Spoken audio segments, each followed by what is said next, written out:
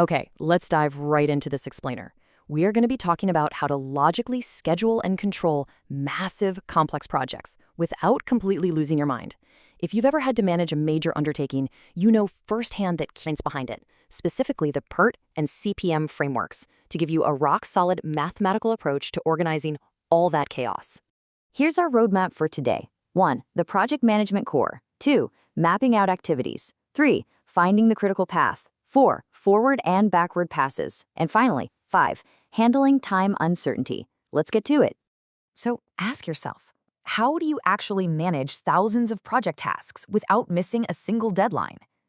Think about the very real, relatable chaos of a massive project, like the Western Hills Shopping Center expansion mentioned in our source materials.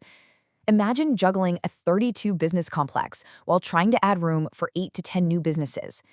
You've got architectural drawings, city permits, independent contractors, and tenant contracts all happening at the exact same time. It requires juggling countless dependent tasks where a delay in just one tiny area can trigger this massive domino effect across the whole project. That brings us to part 1, the project management core. To actually tame all this chaos, we have to balance the 3 ultimate constraints of any project: time, cost, and quality. But let's be real, what is actually costing us money here? Well, you aren't just scheduling time. You're scheduling the 4 M's of your budget: manpower, material, machines, and money. They're all totally interconnected.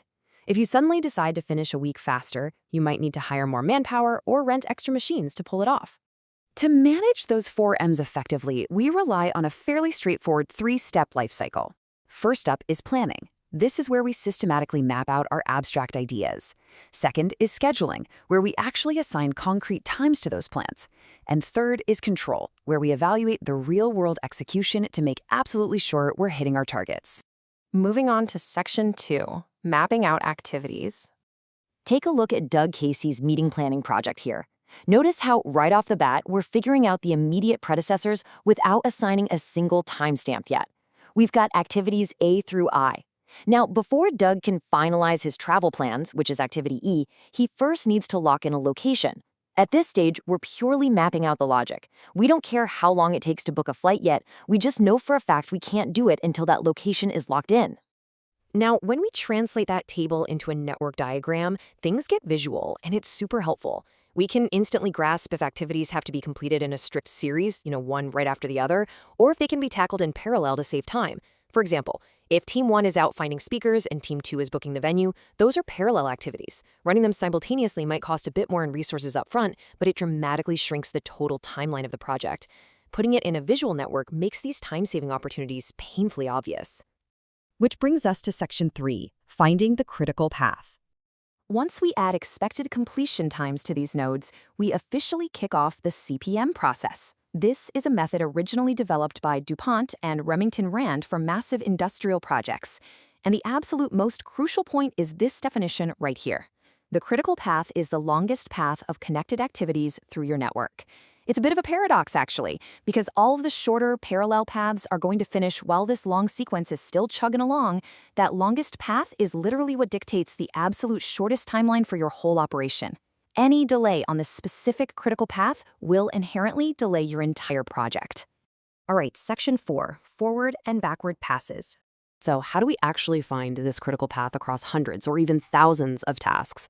Well, we systematically calculate the earliest and latest possible times by doing a sweep. We make a forward pass, moving from left to right, adding up durations to find the absolute shortest timeline for the whole project.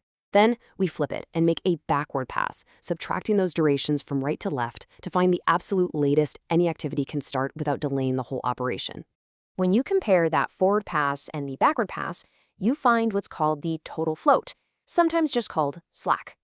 This is your breathing room, folks. If an activity has 5 weeks afloat, you can delay its start by 5 weeks without hurting the final project deadline at all. But here is the secret you need to remember. Any activity with a total float of 0 is officially a critical path activity. It means it has 0 room for error. These 0 float tasks form a continuous, unbroken chain from the start of your project to the finish. Break one link in that chain and your whole deadline chatters. Now for Section 5, handling time uncertainty. Because let's face it, the real world rarely respects a perfect schedule, right? Exact times are almost never guaranteed, which leads us to PERT, the Program Evaluation and Review Technique. This was actually created by the Navy back in the late 1950s for the wildly unpredictable Polaris missile project, where they were doing things that had literally never been done before.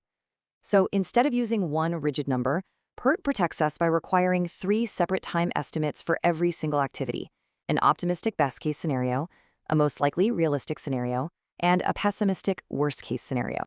And we don't just guess which of those numbers to use. We apply a statistical beta curve. The expected time equals the optimistic time plus 4 times the most likely time plus the pessimistic time, and then we divide that whole thing by 6.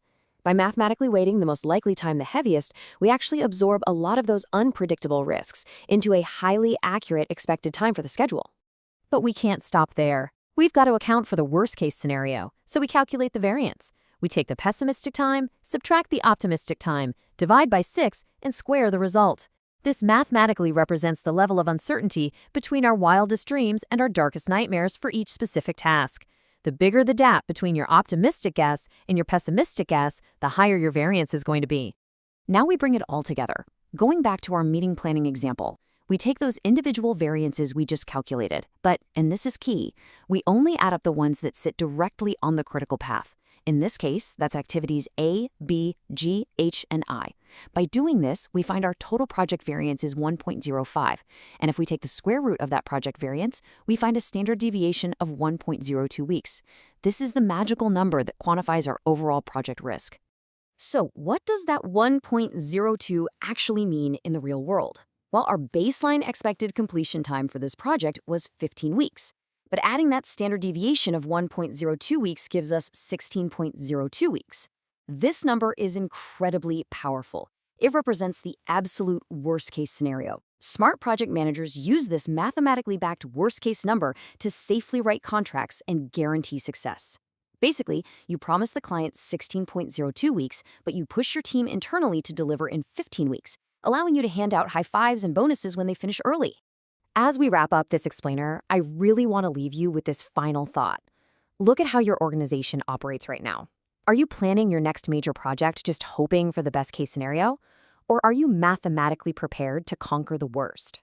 By combining the logical, visual flow of CPM with the statistical armor of PERT, you literally transform project management from stressful guesswork into a predictable science. Think about how you can use these exact formulas to eliminate uncertainty in your own workflows. Until next time, keep learning and keep explaining.